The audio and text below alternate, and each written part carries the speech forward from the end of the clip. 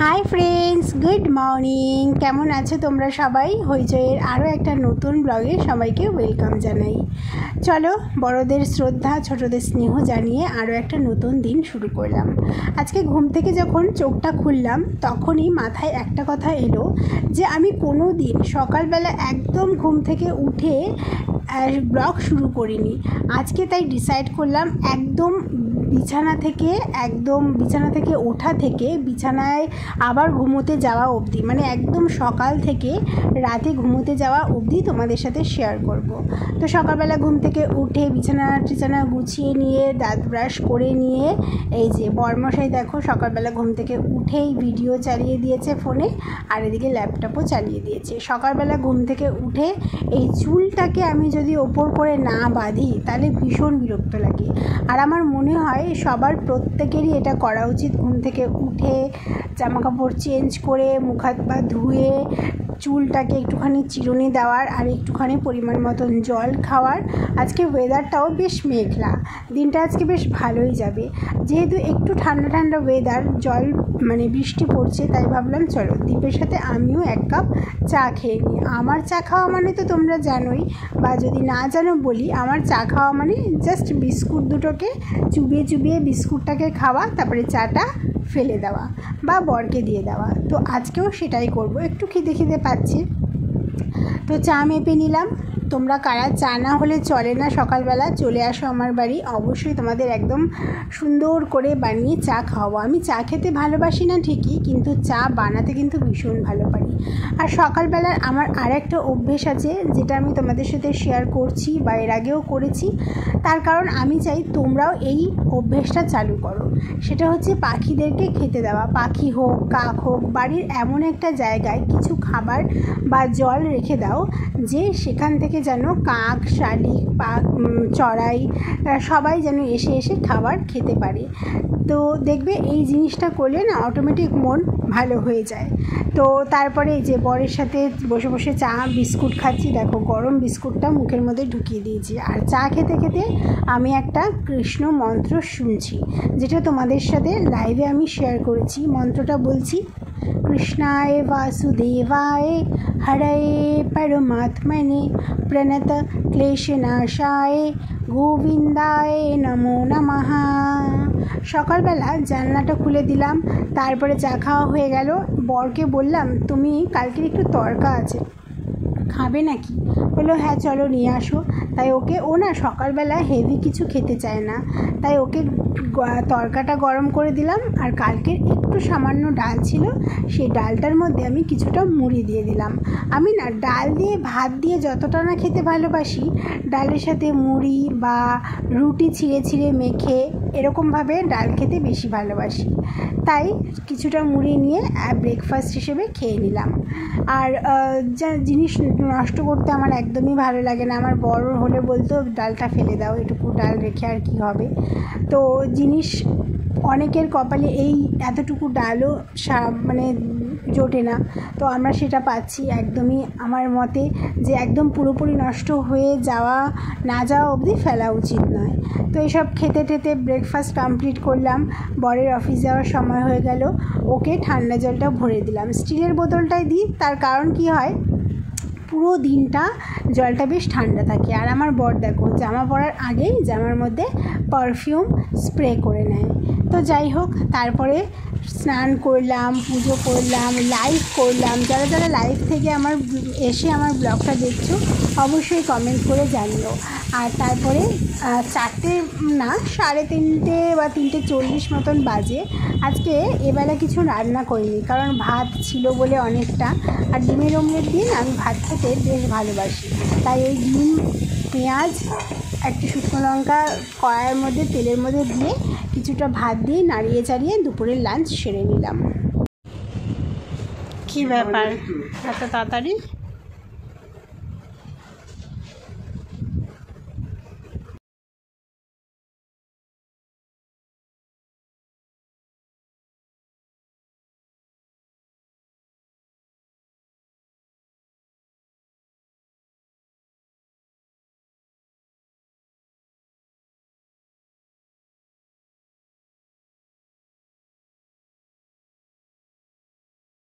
Good evening বন্ধুরা। এ দেখো 8:15 বাজে, 15 ওটা একটু 5 মিনিট ফাস্ট আছে। আর আমার বরের কাণ্ড দেখো, সকালবেলা চা খেয়েছি, ওকে চা করতে বললেই বেশি বেশি করে চা করবে। এবার বেশি চা করেছে, এটা আমাকে ধরিয়ে দিয়েছে হাতে, আমাকে খেতে হবে ভাবো। তো যাই হোক, টোস্ট বিস্কুট দিয়ে খেলে না চাটা যাবে শুষে, তাড়াতাড়ি শেষ হয়ে যাবে। আমি আজকে রাতে রান্না এখনও করিনি, সব গোছগাছ করে এসেছি, এখনও করিনি। এখন যাব রাতে রান্না করতে, ইচ্ছে করেই দেরি করে যাচ্ছি, কারণ ডিমের ঝোল করব। ডিমের ঝোল দেখবে, গরম গরম ভাত, গরম গরম ডিমের ঝোল, লাল লাল ঝাল ঝাল ডিমের ঝোল দিয়ে গরম গরম ভাত খেতে আমার তো খুব ভালো লাগে। তোমাদের কাদের ভালো লাগে জানিও। চলো এইবার আর তোমাদের অপেক্ষা করাবো না, আমার ব্লগের সব থেকে কার্যকরী জিনিস এখন তোমাদের দেখাবো, সেটা হচ্ছে দই ফেসিয়াল। হ্যাঁ, এটাকে দই ফেসিয়াল তোমরা বলতে পারো, করতে পারো। ভীষণ ইনস্ট্যান্ট স্কিনে গ্লো এনে দেয়। তার জন্য প্রথমেই কি করতে হবে, স্কিনটাকে স্ক্রাবিং করতে হবে। তোমরা আগে ক্লিনজিং করে নিতে পারো, পরে স্ক্রাবিং করতে পারো, যেটা ইচ্ছা। আমি আগে স্ক্রাবিংটা দেখাচ্ছি। একটু টক দই নিলে, এটা ঘরে পাতায় দই, আর দই কিন্তু স্কিনের ট্যান দূর করতে সাহায্য করে, স্কিনকে চকচকে করতে সাহায্য করে, আমরা জানি।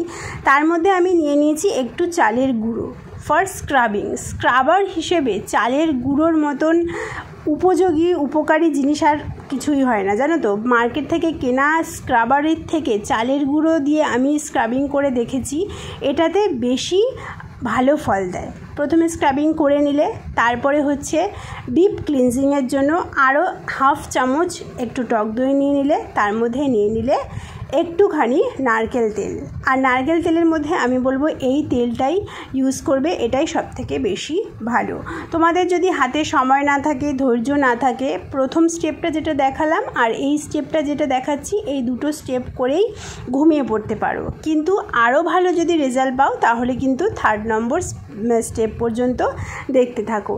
এর মধ্যে আমি নারকেল টক দই তো বললাম, ট্যান দূর করতে, স্কিনকে চকচকে ঝকঝকে করতে, গ্লো বাড়াতে সাহায্য করে। আর নারকেল তেল কিন্তু স্কিনের এলাস্টিসিটিটা টাইটনিং রাখতে হেল্প করে, আর পুরো ডিপ ক্লিন করে। যে দইয়ের সাথে নারকেল তেল মিশিয়ে যে ম্যাসাজ করছো, এই প্রত্যেকটা স্ক্রাবিং যখন করবে 3 মিনিট করবে, এর থেকে বেশি করবে না। আর এটা যখন করবে তখন 5 থেকে 7 মিনিট ম্যাসাজ করে মুখটা ধুয়ে নিতে পারো, বা ভেজা রুমাল দিয়ে মুখটা মুছে নিতে পারো।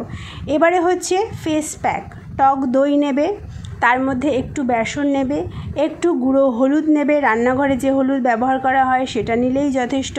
আর তার মধ্যে দিয়ে দেবে মধু। মধু যদি শ্যুট না করে, অনেকেরই আছে মধুতে স্কিনে একটু চুলকায়, তো তারা মধুর পরিবর্তে নেবে হচ্ছে গ্লিসারিন। ভালো করে নিয়ে সেটাকে মিশিয়ে নিয়ে ব্যাস, ফেস প্যাক আমরা যেমন ব্যবহার করি পুরো ফেসে লাগিয়ে নিয়ে 10 মিনিট অপেক্ষা করবে, তারপরে দেখাচ্ছি। এবারে চলে আসি রান্না কি করেছি সেটা তোমাদের সাথে একটু শেয়ার করি, ততক্ষণ মুখটা শোকাক। যদিও বা রান্নাটা আমি ফেশিয়াল করার আগেই করেছি, কারণ স্কিন কেয়ার করার পরে চেষ্টা করবে আগুনের কাছে যাতে না যেতে হয়, তাই জন্য আমি সন্ধেবেলায় কিন্তু রান্নাটা করে নিয়েছি। অনেকেই আছে রান্না দেখতে খুব একটা ভালোবাসে না, তাই আমি রান্নাটা পরে দেখাচ্ছি। আজকে ডিমের ঝোলটা যেমন মতন হয়ও নি, তো যাই হোক, একটা তোমাদের সাথে গল্প করতে পারবো, রান্নাটাও আমার হয়ে যাবে। গল্প করতে করতেই চলো করা যাক। অ্যাকচুয়ালি কী বলো তো, আজকে না ডিমের ঝোলে আমি সবসময় পেঁয়াজ ভেজে করি, পেঁয়াজ ভেজে করলেই ভালো লাগে। আর আজকে না রান্না করতে একদমই ইচ্ছে করছিল না সারাদিনই। দুপুরবেলা তোমরা দেখলেই যে ডিমের অমলেট দিয়ে ভাত খেয়ে নিলাম, আর সেই কারণে সমস্ত কিছু বেটে বুটে একেবারে দিয়ে দিয়েছি, আর সেই কারণেই ডিমের ঝোলটা আজকে খেতে অত ভালো হয়নি। যাই হোক, প্রত্যেক দিন যে ভালো হবে তা তো কথা নয়। এখন বাজে রাত 9:09। দেখো পুরো একটা গোটা বোতল, ভাগ্যিস বোতলের ঢাকনাটা খোলেনি। ওই দেখো আমার হাত দিয়ে ফসকে কোথায় গিয়ে পড়েছে, ভাগ্যিস ঢাকনাটা খোলেনি, নাহলে এই পুরো ঘর একদম জলে জলাকার হয়ে যেত। হয়ে গেল লাল লাল ঝাল ঝাল ডিমের ঝোল, কিন্তু ডিমের ঝোলটা একটু বেশি ঝাল হয়ে গেছে, শ্বশুরমশাইয়ের খেতে একটু অসুবিধা হবে। এতটাও যে ঝাল হয়ে যাবে না বুঝতে পারিনি। যাই হোক, ঘরে বোঁদে আছে, ভাতের সাথে সাথে একটু বোঁদেও দিয়ে দেবো, আর বলে দেবো ঝাল হয়ে গেছে, তো একটু ভাতটা খেয়ে সঙ্গে সঙ্গে একটু বোঁদেটা খেয়ে নেবো। ঝাল ঝাল লাল লাল ডিমের ঝোল নিয়ে যাচ্ছি ওপরে। গরম গরম ভাত আর লাল লাল ঝাল ঝাল ডিমের ঝোল। যাক তারা, এবারে এটা কী করে নেব, জল রয়েছে এখানে। এই রে নাও।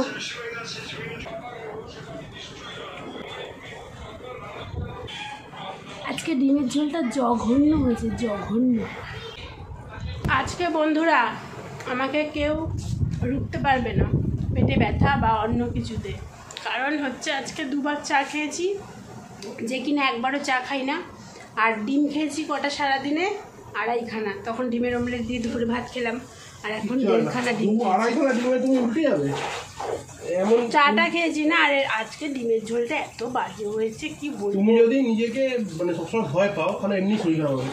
এই সৌমেন্দ্র একবার কবে বেশ যেন একবার আমার সঙ্গে খাওয়াটা ঠিক করো না, খাওয়াটা ঠিক করো। এত রাতে এখন ও জামা কাপড় কাচ্ছে, আমাকে একটু সাইড দাও, আমি একটু রাখি। পরে এসো। এই হাত দেবো না, একটা মিনিট বাজে আসো না। 1 মিনিট আগে আমি এটো হাত নিয়ে এটো থালা নিয়ে বসে থাকবো। বুঝে খাওয়া দাওয়া হয়ে গেছে। এইবারে গ্যাসটা অনেকটা নোংরা হয়েছিল, মনে হলো যে না ভালো করে মেজে ঘষে একদম চকচকে দগদগে করে দিই। প্রায় দিনই আমি চেষ্টা করি রাতের বেলা রান্নাঘর একদম ক্লিন করে রাখার। রাত্রেবেলা জানো তো রান্নাঘর একদম অপরিষ্কার না রাখাই ভালো, বলে মা লক্ষ্মী, তাহলে না হলে রুষ্ট হয়।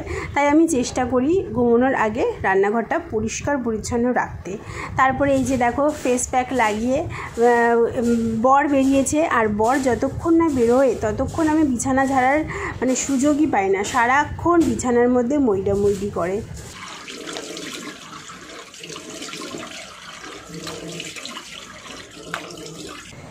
চলো, মুখ পুরো চকচকে ঝকঝকে হয়ে গেছে, এদিকে বিছানাও পুরো চকচকে ঝকঝকে হয়ে গেছে। আর একটু কাজ বাকি আছে, দাঁড়াও। এই যে একটুখানি মেখে নেব নাইট ক্রিম। তোমাদের কাছে যদি নাইট ক্রিম না থাকে অ্যালোভেরা জেল বা যে কোনো ময়শ্চারাইজার ক্রিম মেখে নেবে। যদি দিনের বেলা করো যে অ্যালোভেরা জেল বা ময়শ্চারাইজার মেখে নেবে, আর রাতের বেলা যদি করো, যদি নাইট ক্রিম থাকে নাইট ক্রিম মেখে নেবে। দারুণ একটা এফেক্টিভ স্কিন কেয়ার।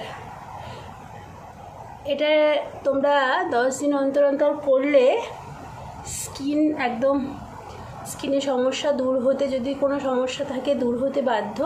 আর যদি কোনো সমস্যা নাও থাকে স্কিন দেখবে কি সুন্দর চকচক করবে, একটা মানে ন্যাচারাল গ্লো এনে দেবে স্কিনে।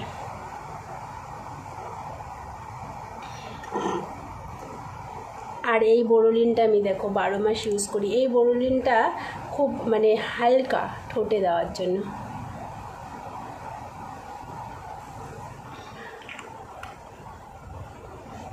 দেখো কটা বাজে, 11:15 বাজে। আমাদের সব কাজ শেষ হলো, বর কিন্তু এখনও ঘরে আসেনি। আর আমি এখন কি খাবো জানো, কালকে বর রাতের বেলা ওর জন্য এনেছিল গজা, শ্বশুরমশাইয়ের জন্য এনেছিল বোঁদে, আর আমার জন্য এনেছিল ক্ষীরকদম, কারণ ক্ষীরকদম খেতে আমি খুব ভালোবাসি। আর কালকে না খেতে ইচ্ছা করছিল না, তো সেই কারণে দেখবে ক্ষীরকদম এমনি একটু শুকনো শুকনো হয়, আর রেখে দিলে আরও বেশি শুকনো হয়ে যাবে। তো একটু ভাত ছিল, সেটা ফ্রিজে তুলতে গিয়ে দেখলাম, ভাবলাম খেয়েই নিই। তো চলো তাহলে আজকের এই মিষ্টি মিষ্টি ব্লগটা মিষ্টি মুখ করে শেষ করছি। সবাই তোমরা ভালো থেকো, সুস্থ থেকো, নিজের যত্ন নিও, নিজের ভালোবাসার মানুষদের যত্ন নিও, ভালো থেকো, পজিটিভ থেকো, সব হাসি খুশি থেকো, ঠিক আছে? চলো, শক্ত হয়ে গেছে। নাইটিটা পরে নিয়েছি, বাবা ওফ, নাইটি মানে আমাদের মেয়েদের মানে জীবন না। নাইটি পরলে এত রিল্যাক্স লাগে না, কিন্তু নাইটি পরে সারাদিনই থাকতে ভালো লাগে। কিন্তু মাঝে মাঝে আবার একটু অন্যরকম পোশাক পরি, কারণ আমার বর না নাইটি পরে ব্লগ করলে খুব রেগে যায়, বলে ভালো। কিন্তু এই গরমে বলো তো, যে এতক্ষণ যে জামাটা পরেছিলাম কি গরম লাগছিল, তাও একবার পরে নিয়েছি, ভাবলাম থাকা, একেবারে রাতে শোয়ার সময় চেঞ্জ করব, এই হচ্ছে ব্যাপার।